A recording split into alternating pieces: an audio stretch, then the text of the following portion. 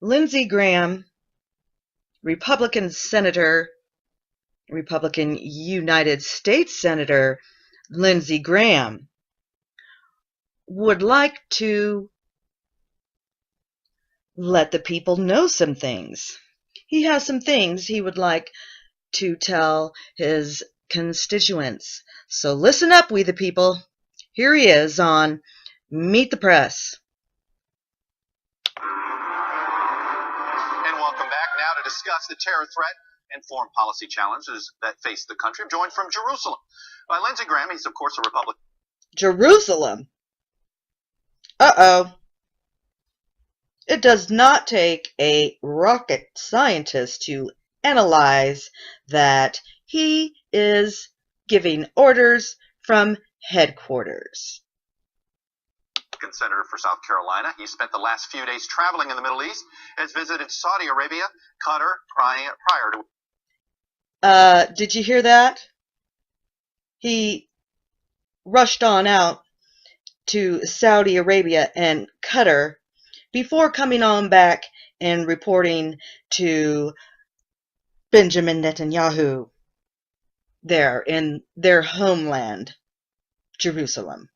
Occupied Jerusalem. Arriving in Israel today. Senator Graham, welcome back to Meet the Press. And let me start with a basic question that I've been hearing from a lot of folks. Over the last 14 years, the policy of going after these terrorist groups has been to disrupt, dismantle, and destroy. It was George W. Bush's policy promise. It's been President Obama's. 14 years, we've killed a lot of people, but we've not defeated this enemy. Why?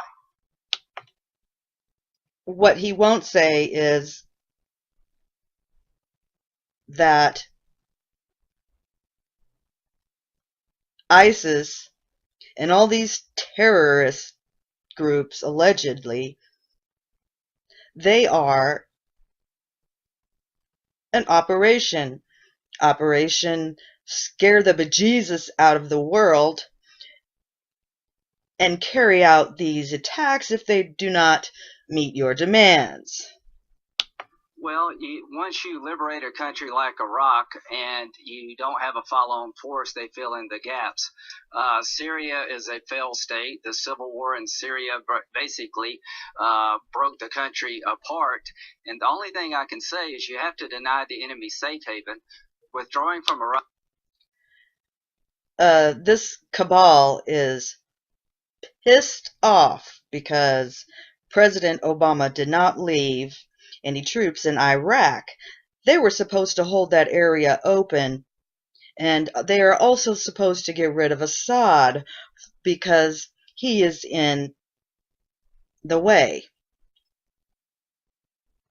Prematurely was a mistake. Not supporting the Free Syrian Army 3 or 4 years ago was a mistake. You got to stay after these guys. Well, Senator, I guess I would just say, are you advocating then more troops in a place like Syria now? More troops, potentially? Is it Yemen that we need to do? I mean, what is the answer now? I know we want to debate about something. Israel wants our troops to fight their battles. Some of these things in the past about Iraq, but what's the answer now? Well, the answer now is to deny ISIL the safe haven they enjoy in Syria and Iraq, because it is a platform to strike the United States. There are more terrorists coming until you disrupt this network. There are more terrorist Did you hear that? organizations with more safe havens, with more capability to hit the homeland than before 9/11. The answer is to form a regional coalition. America has to be part of it. Go in on the ground and get these guys out of Syria. The current strategy is failing. Everybody has told us on this trip that if you don't have a no-fly zone, the people we're training, the Free Syrian Army that we're training, is going to go back into Syria and get slaughtered by Assad. There's no... He just mentioned a no-fly zone in Syria. A no-fly zone. Well, we heard that was one of the demands that the UNDOF kidnappers, who are allegedly ISIS, asked Israel for. تحت أنظار الإسرائيليين دفعت الأمم المتحدة فدية للإرهابيين.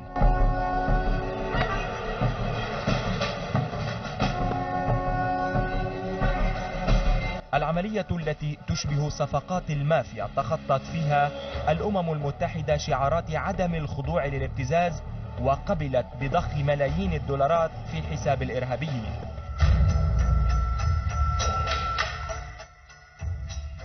كاميرا القناة الثانية في تلفزيون العدو رصدت بشكل مباشر دفع فدية مالية لجبهة النصرة بأموال قطرية بلغت 25 مليون دولار مقابل إطلاق 45 رهينة من قوات الأندوف العاملة في الجانب السوري من هضبة الجولان. العملية التي جرت قبل أسابيع بمحاذاة الحدود مع الجولان السوري المحتل تحت أنظار الجنود الصهاينة كانت في وضح النهار وأمام عدسات التلفزيون، حيث وصلت قافلة من سيارات الأمم المتحدة التي خرجت من الجانب الإسرائيلي، وبعدها وصل موكب آخر يقل مسؤولين في جبهة النصرة إلى المكان، وبدأت عملية تنفيذ الصفقة. هنا يظهر أحد عناصر النصرة يتأكد بواسطة الحاسوب من وضع المبلغ في حساب الجبهة المصرفي، لكن الأمر تأخر، وبعد مرور ساعتين جرى التأكد أنه تم وضع 25 مليون دولار في حساب المسلحين المصرفي، ثم تلا ذلك البدء بعملية إطلاق الجنود الأمميين.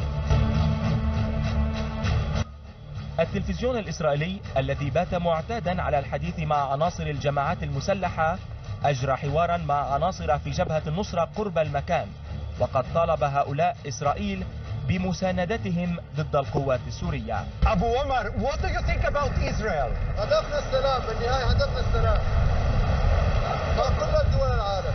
شو بتطلب من دولة إسرائيل؟ حظر جوي للطيران. التقرير الإسرائيلي نقل عن أكثر من مصدر رسمي في تل أبيب أن داعش لن تقترب ولن تشكل خطرا على إسرائيل، رغم أن عدسة الكاميرا رصدت مشهدا لعلم داعش يرفرف قبالة الحدود مع الجولان المحتل. Here he is, delivering this demand. Way to be successful on the ground without neutralizing Assad's air advantage, and so we need a no-fly zone desperately.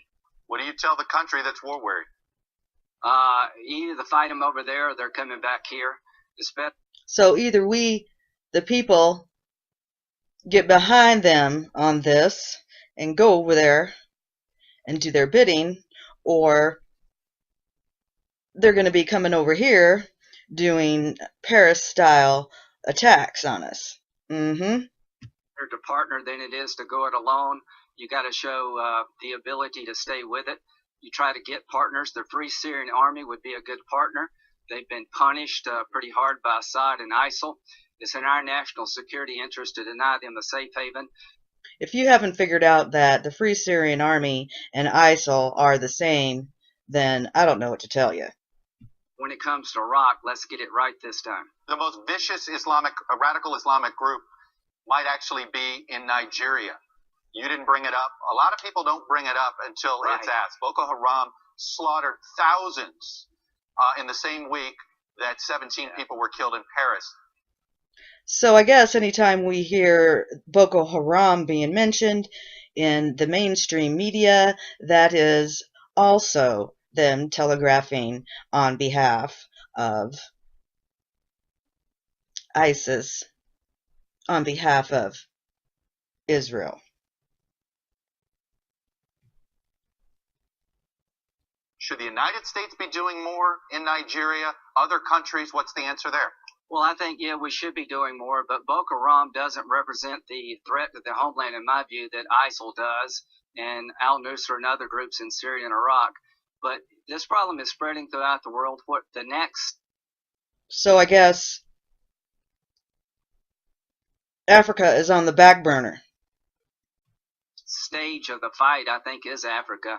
But if we could show some resolve in Syria and Iraq and reset the table and go after these guys in Syria and Iraq with success, I think it would change the landscape throughout the world. Success anywhere breeds success everywhere. Failure in any one spot hurts you everywhere. But you're right.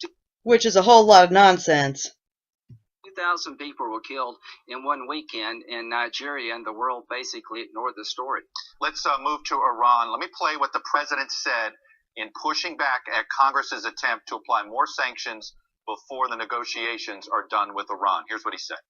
My main message to Congress at this point is just hold your fire. Hold their fire. Interesting choice of words.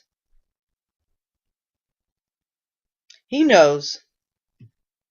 Nobody around the world, least of all the Iranians, doubt my ability to get some additional sanctions passed should these negotiations fail. Because they've already been done, right? That's not a hard vote for me to get through Congress. Why not wait? I think we're trying to tell the Iranians that we would like a political negotiation, a diplomatic solution, but please understand. They're trying to tell everybody that they, in the U.S. government, that they want to have the last say. And we know how they would vote. And in Iran, that the Congress is intent on reapplying sanctions if you walk away from the negotiating table and if you cheat. I don't think that's a disruptive message. All we're telling... They are cheating. The United States Congress is now trying to step in to national security and foreign policy. Telling the Iranians, if you walk away from these negotiations, sanctions will be reapplied. If you cheat, they will be reimposed. But let me just say this. I'm willing to forgo sanctions, Chuck, if the president will take any deal he negotiates and brings it to Congress for our approval.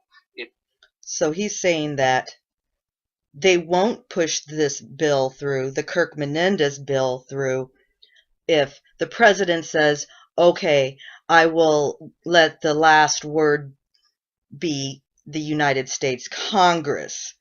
Now, the United States Congress is only supposed to deal with revenue,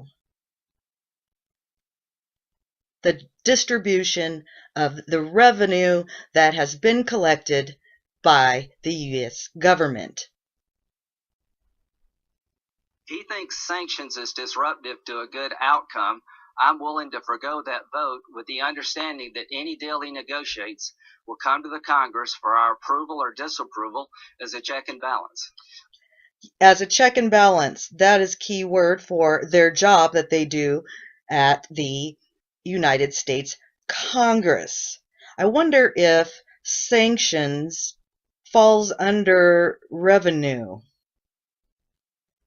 I want to follow up on two other things very quickly. Last week, you said something pretty provocative about the president. You said when he left Iraq, he did so based on a campaign promise. He's trying to close Gitmo based. Those were things that the people, voted for President Obama for. He was getting the troops out of Iraq, going to shut down Gitmo. None of us argue with those things. Actually, we are holding his feet to the fire regarding the closing of Gitmo. However, certain entities, I guess, do not want these things to happen. Now, do they? On a campaign promise. His campaign promises are getting a lot of people killed. Is that proper rhetoric? You think the president of the United States is getting people killed? So that was a threat. This is a threat.